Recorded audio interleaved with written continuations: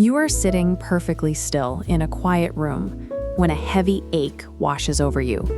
Nothing is wrong and nothing is broken, yet there is no logical reason for the weight pressing down on your chest. When you lack the words to describe an experience, the silence feels immediately isolating. Your mind assumes that if you cannot articulate this feeling, you must be the only person on Earth navigating it. We spend our lives navigating an ocean of psychological states without a map. Today, we are going to explore the quietest corners of the human heart and finally assign a vocabulary to the unnameable. Naming a feeling provides the coordinates for our shared experience. It is the proof that you were never actually alone. At 2 in the morning, the external world has shut off, leaving you trapped inside your own head with a racing mind.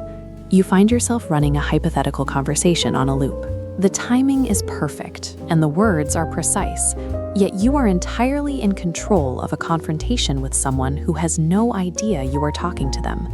This is Jouska. This isn't just a byproduct of worry.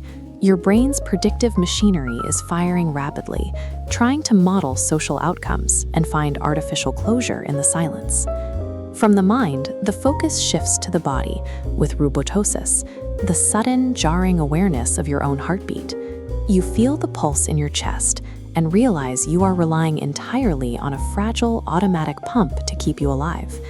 That heavy awareness of your own machinery often breeds liberosis, the aching desire to simply care less. It is the urge to loosen your grip on the obligations of adult life and let go of the invisible burdens you carry. Our minds cycle between these simulations of control and the exhaustion of self-awareness.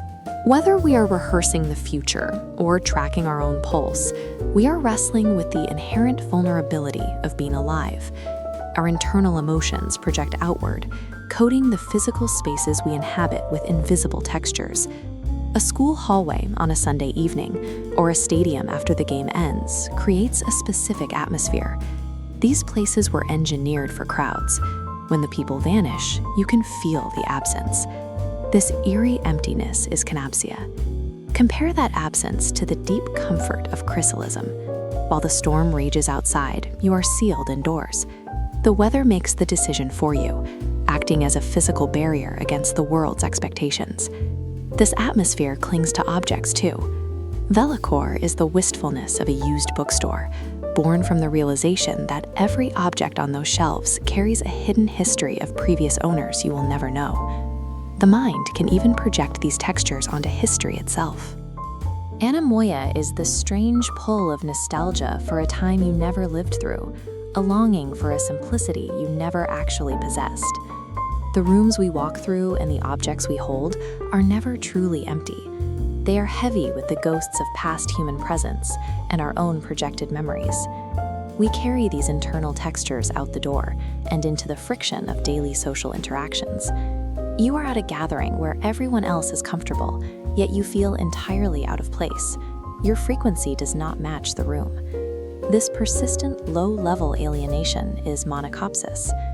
That alienation often stems from adrenitis, the frustration with how long it takes to break through small talk and truly know someone's authentic self. A glowing shape, a profound personal experience. Try squeezing through the narrow funnel of language. When words fail, you stop trying. That is Exulansis. To avoid rejection, we present acceptable versions of ourselves, shielding the truth behind an opaque layer, masked self syndrome. Real loneliness stems from the friction of being connected to a world of people while realizing you are never genuinely seen by them. Now we pull the perspective all the way out, past our social circles, to the ultimate scale of humanity. You look up at the night sky and experience Occhiolism. It is the awareness of how tiny your perspective is, knowing you will only ever experience the universe through one minuscule pinhole. Sonder is the overwhelming realization that every stranger walking past you has a childhood, a set of fears, and a life story as complex as your own. It usually hits when you are sitting in highway traffic. You look at the cars around you and realize you are merely a background extra in thousands of other completely fleshed out stories. Our limited perspective is a cognitive mercy.